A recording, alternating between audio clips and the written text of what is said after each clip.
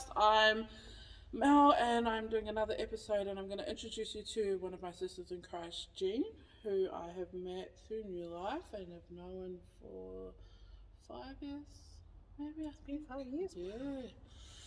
Sheesh. So, can you please tell us your name? You don't have to tell us your age if you don't want to. Where you're from and where you currently live. Okay. Hey everyone. Like Mel said, my name is Jean. I'm 41 years of age. I'm Samoan. Uh, Originally from New Zealand, now living in Australia. Yeah. So, today we're going to talk about you and all your kids. You do your Because we're the two mums in our church that have heaps of kids. And like what it's like mothering those kids and still applying yourself at church.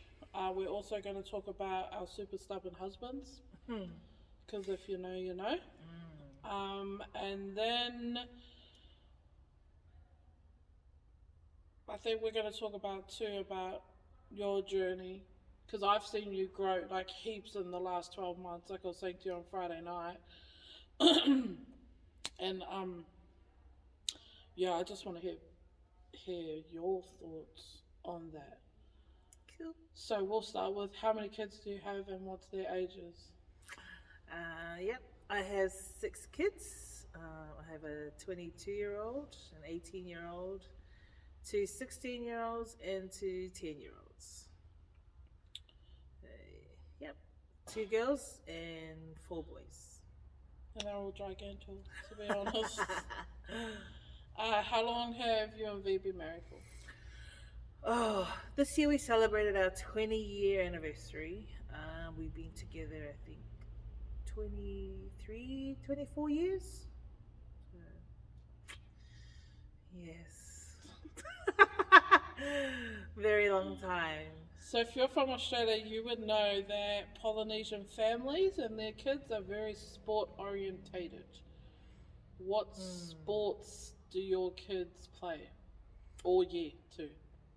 Yeah, all year. Oh shucks.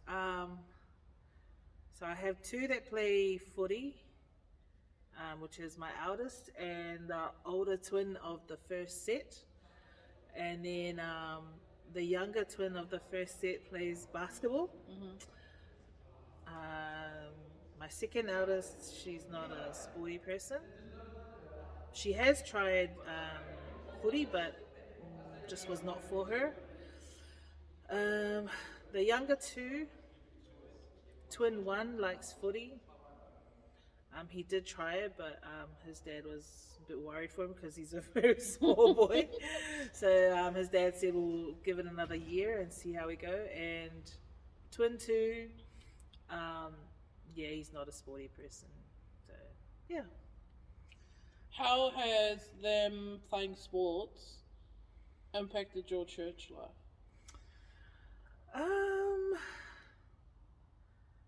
Has it impacted a lot? Yes, in the sense where I guess we're always on the go. It's always a busy week, hectic week, and with church life, it's just I think I'm just sort of just really honing in on my faith in regards to them playing, and sort of keeping them on track, with their journey, maintaining them to come to youth and church, and just not being distracted by the whole worldly thing of sports, because in the years that they've been playing, we have seen what it can do to families. Just that families, will take sports above, church, faith, and then what sports does the families in the sense that, it just becomes a sort of the number one priority in, Yeah. in the family's life or family situation sort of thing. So, yeah. So I just want to add, because you're very humble about it. One of her daughters is actually flown to New Zealand last night because she's been headhunted by a Samoan team to play in a, what did you call it? Like a lead up to the Women's World Cup rugby. Yeah. Which is big because I just was asking, that's why I was asking you all these questions. She's one of 40 girls in a team to be picked, and only 30 of them will be continuing to play for the next 5 weeks. So in the next 5 weeks, they'll play in New Zealand and South Africa, which is really big because that means that your kids are actually not just Saturday or Sunday players. The international players. She will be an international player when she plays her first game on Saturday. Which is amazing, actually. I never really looked at it like that. I'm like, oh yeah, I know a famous person that plays international rugby. And then, is it Alex or Anthony? Alex. Alex is like getting up there too. Yeah. But the thing is, like for me, because you're super humble, and V's like really humble too. Your kids are really humble about it. Like they don't even walk into the church and be like, yeah, I got selected for an international team. They're just like, oh no, shame, and walk off, like, which is cool to see. I don't. It's not that I don't know, but it's just like for us, like what we've been learning in church and what we've been hearing in sermons. The series that we've done and the sermons that we hear. But then it's something that something that I've always heard, and from my parents is that don't ever, boast. Yeah. About what you've been blessed with, Yeah. or what you've been given, because it's not from you. Yeah. Right? It's it's a gift, it's a talent that you've been blessed with from God. Yeah. And then, so over the years growing up, I've always heard that. And then even having kids around, and with our kids getting into this stage that they're at, which I would say I've never in a million years would I think that my kids would get there, or even be in this position. Yes, we played sports. We were both sporty people. But, it was just for the fun of sports. It was nothing that we were aiming to sort of, be there or wherever. Coming to Australia, it wasn't like, we know a lot of people, like, they see the opportunity that's here in Oz, sports-wise, especially for polyfamilies. Like, that's like kind of the main reason, Most of them moving. But for us, it was a mere fact of moving over for, to a better family opportunity, better family life. Sports was like a bonus, Our kids never did sports back home. We just couldn't afford it. Coming here, that's what we wanted to establish was, to provide for them financially, be able to give them things and stuff like that. And like I said, sports was a bonus. And then our kids have never played any sports, so they never really knew what it was like. Putting them into sports, it was like, I guess a lot of people say that for polys, it's a natural, natural thing to be able to be good at sports, right? But then again, I think that that's not true. That it's a natural thing. Like, we have the strength, we have the build, but it's skills and experience that you kind of gain along the way, or you get, So with the kids, with where they're at, we've always embedded in them, implanted in them, implemented that what you have is a gift, and what it says in the word, that if you boast about your gift, if you think it's all about you, or that you're the reason why you're there, it can be gone just like that, So be humble about it.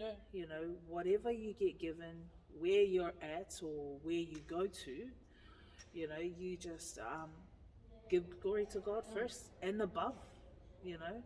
Don't ever think, oh, and that's how a lot of people, some people say to us, oh, well done to you and V, and I'm like, not really. Like, yeah, we're just kind of like, we take them there, right?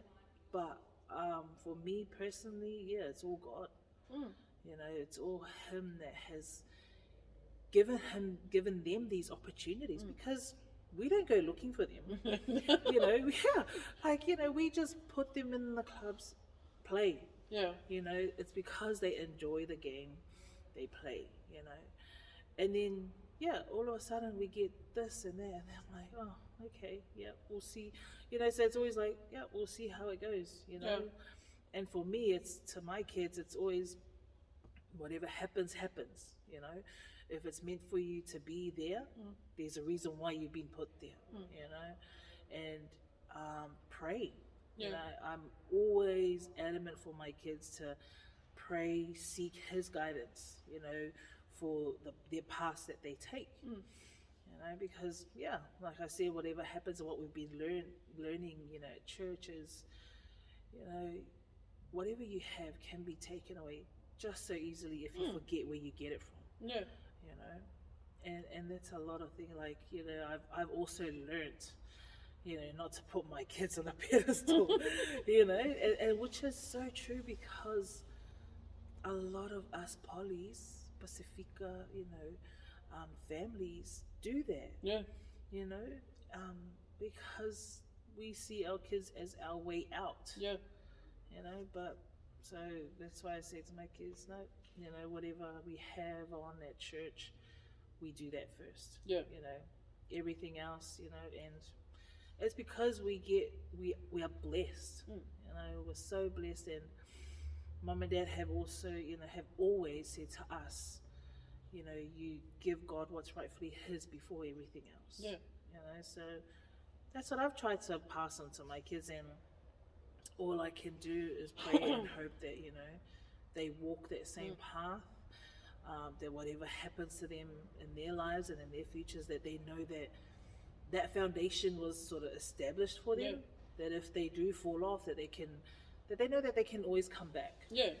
So yeah, and I don't know, like I mean, I got to see an example of that yesterday, like how Ali was supposed to fly out, and I heard you saying it, so then I asked you to repeat it again when you were like, nope, we're going to the church festival first, tell them to book you a later flight. So yesterday we had a church festival, and it's part of our church's mission to encourage our church members to evangelize, right? And it was actually cool, first of all, to not see your kids serving all the time, because my kids and your kids are always the ones serving. But it was just cool to be able to see them having conversations with everyone, and I think, like, because you have taught your kids to be really humble, that's also the way that they expect people to treat them. Like, they don't expect them to treat them like, oh, I'm this really good player or whatever. And oh yeah, I was talking to Dad yesterday about Ali flying out, and then he freaking, are you going home? Oh yeah. Oh yeah, can you bring us some stuff back? And I was like, what, in 5 weeks? You wanted to bring it back in 5 weeks? So it's just like, I love how, well, because of you actually, because you were the first person I met at the festival when I first came here, that church is becoming a family. And I'm going to keep repeating that how you made Ali change her flights so that other people can get it too, because that is a big thing. Like, it says in the word not to put other idols before God. Putting sports before God, as a Polynesian family, people are probably going to hate that I say this, but it's an idol. Just like how we binge watch Netflix, or how we idolize work or whatever. Like, that's anything before God. So it's a really good example that you said yesterday. Thanks. Yeah. Oh, it was like, sometimes, like, for me, it's kind of like a no-brainer, right? Like just what to, how to prioritize your life. I think it kind of really hit me when we had our women's event Equip. Mm-hmm. And one of the speakers was talking about, like, a lot of people say, oh, they're busy. Yeah. They're too busy for church, or they're too busy to read the Bible, or things like that. And then one of them said, no one is ever busy, right? It's where they're putting God in their life. Yeah.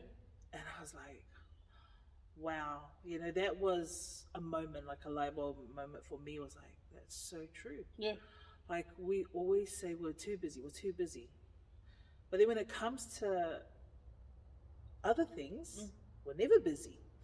When, like, if we were to travel an hour 45, 2 hours for footy, Yeah. or for everything else, it's okay. Yeah. But when it comes to church, it's like, oh, it's too far. Yeah. Which is like a 5-minute drive or something from your house. And then you're just kind of like, so yeah, it does. It's like, what is your priority? Yeah. What are you prioritizing? And then the speaker was like, what are you prioritizing first in your life that you're slowly pushing God away? And I was like, oh, damn. Like, I really had to kind of reevaluate my priorities, Yeah.